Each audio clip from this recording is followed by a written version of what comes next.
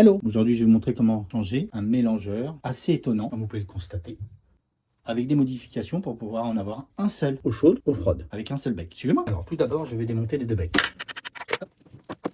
Ensuite, je vais retenir bien l'applique qui se trouve derrière pour pouvoir le démonter. Très important, bien la tenir l'applique derrière, pour éviter que ça tourne et que ça risque de péter la soudure. Je vais faire pareil pour le deuxième.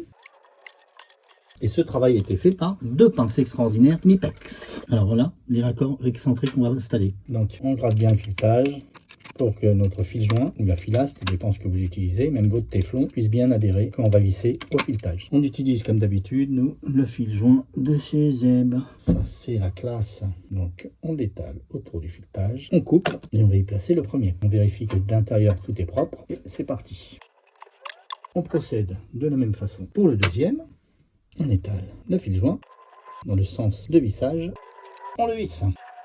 Et maintenant, on va vérifier si l'excentré va être suffisamment excentré pour pouvoir y mettre notre robinet. C'est grâce à ça qu'on va pouvoir installer ce produit. Donc voilà le robinet qu'on va installer. C'est un mélangeur. Donc on va mettre des joints en 3/4 de chez Sirius. C'est parti, on en met deux de chaque côté. On va le positionner. Ensuite, on va serrer avec une clé à molette de chez Virax. On va prendre notre clé à molette, on va maintenir avec notre autre clé pour que ça tourne. On va prendre le bec, voici le bec, avec les joints coniques à l'intérieur. On enquille et la même chose. On visse la molette et on serre. Pas le travail. Ça, c'est fait et réalisé par Aservite.